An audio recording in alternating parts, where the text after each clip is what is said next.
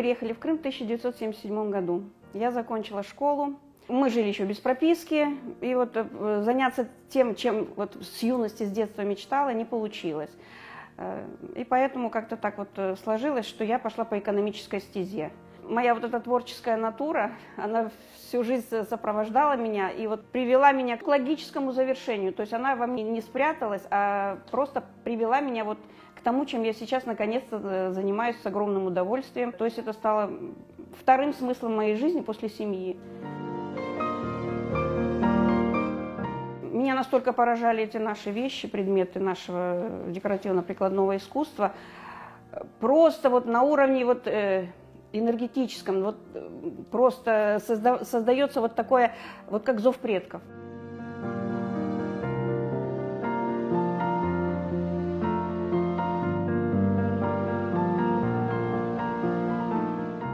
Но я боялась, я знала, что есть мужские знаки, есть женские, есть законы, которые нарушать нельзя. Если ты их нарушишь, то, во-первых, не будет гармонии, не будет смысла, и они не будут работать, эти орнаменты, эти работы. Поэтому я искала людей, которые меня смогут научить этому темельнен, основательно.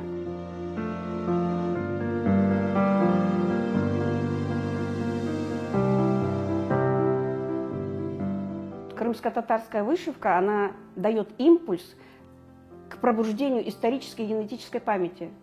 То есть просто так «Ханымызда олмақ кереку». В нашей семье сохранилась мама моей прабабушки. Она владела многими техниками крымско-татарской вышивки, и двухсторонней, и махлама. Ну, сохранилась только вот одна работа ее.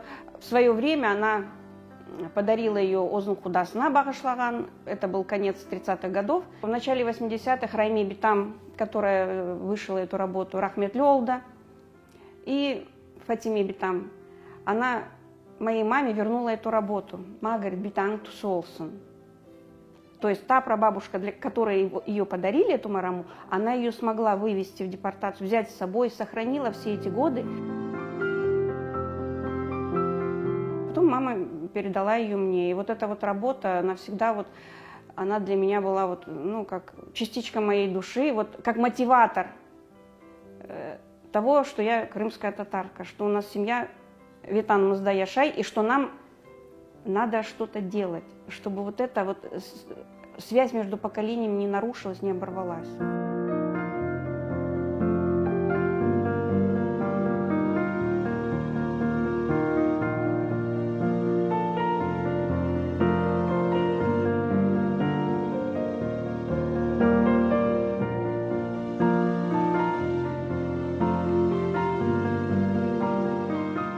Скрытая информация, это генетический код. Это вот предки говорят с нами через вот этот орнамент, если он правильный.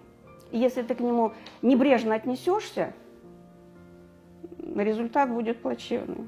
У нас, конечно, не так много старинных изделий сохранилось, как хотелось бы, немного, скажем так, но то, что сохранилось, оно все равно позволяет дать людям представление об уровне этих работ, о высокой художественной наполненности, вот вкус, какой был у наших мастериц раньше, да, очень тонкое чувство прекрасного, цветовая гамма спокойная такая, вот настолько вот реально орнамент был направлен на то, чтобы гармонизировать отношения между людьми, вот вышивка, все эти символы, они направлены на это, то есть вся наша смысловая нагрузка наших орнаментов, она это благопожелание, это пожелание добра, это пожелание гармонии, продолжение жизни, чтобы она никогда не прекращалась, продолжение рода.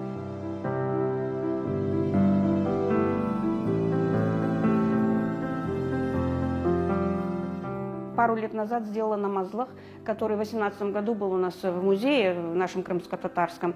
Его привезли РЭМ, Российский этнографический музей. Вот. И этому намазлаху было больше 100 лет, конец 19 века. Он был из войлока, вышивка хаснах. Вот он просто всех завораживал. Рядом была золотная вышивка, золотой штем, махлама. Но вот первым делом вот всех притягивал именно этот намазлах. Вот своей вот энергетика, намоленность вот это, понимаете? И вот эти орнаменты настолько вот неизбитые, да. И вот ты чувствуешь, что это оно, что это вот наша база, вот фундамент.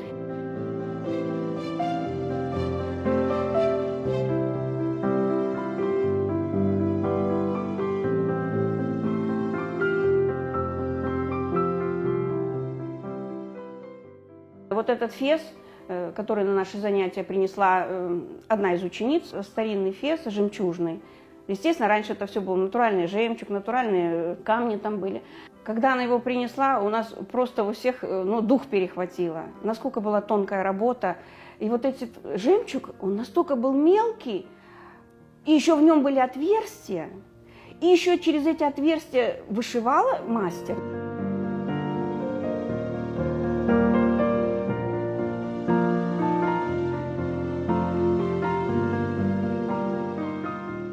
Все эти годы я вот все хотела, думала, я когда-нибудь вернусь, я когда-нибудь его сделаю. Хочу иметь такой фес, повторить его. Хоть и очень сложная работа, но настолько вот она вот по душе, вот настолько она как-то вот совпало желание и возможность.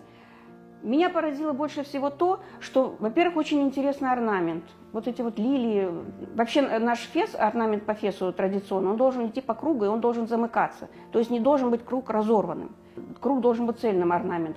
И считается, что тепелек, верх феса, это уже обращение к Всевышнему, о защите, о помощи. То есть верх это для Аллаха, а круг вот этот это для жизни, скажем так, да. И вот меня поразило больше всего то, что в те годы, вот какой уровень был у наших мастериц, да, что они обладали вот такой технологией вышивки, как скульптурная вышивка, объемная вышивка. Вот сейчас она очень популярна, но ею немногие, конечно, владеют, немногие знают, да, именно объемная вышивка. А наши мастерицы этим владели еще тогда.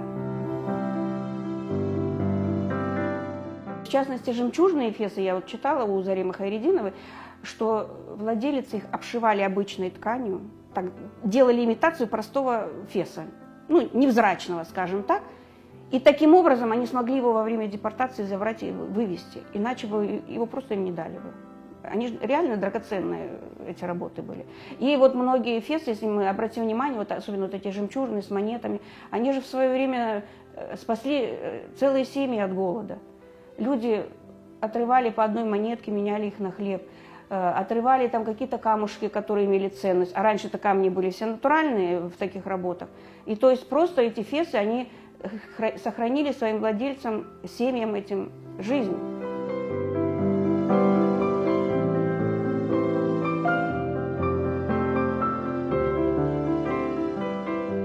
Все это до поры до времени в Азии, на чужбине, оно в нас дремало глубоко-глубоко.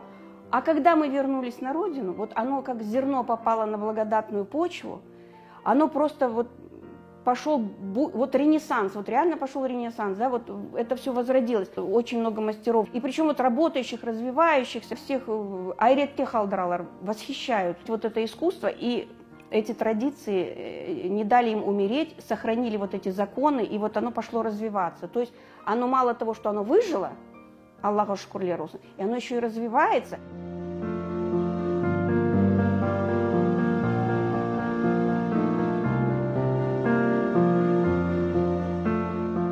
Мне очень нравится делать вот вещи стилизованные, но с сохранением наших традиций. И вот что меня очень привлекает, вот почему говорят декоративно-прикладное искусство, да? Прикладное. Вот именно прикладная сторона – это то, что носибельно, то, что мы можем пользоваться каждый день этим. Вот эта сторона меня в нашем искусстве очень привлекает, больше всего даже, можно сказать, что привлекает. И я вот хочу в повседневной жизни, чтобы она присутствовала. Будь то в платье, будь то в пальто, будь то в сумке, будь то в обуви. Реально можно при желании найти всему этому применение в нашей повседневной жизни.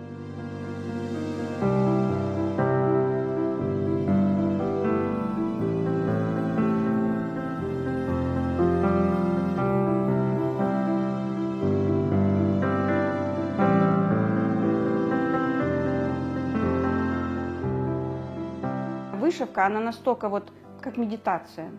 Она человека очень успокаивает, она очень гармонизирует мышление. Все твои мысли, они настолько становятся спокойными, умиротворенными и такими высокими-высокими. Реально вот вышивка – это медитация. Оно как воздух необходимо мне. Вот я живу этим.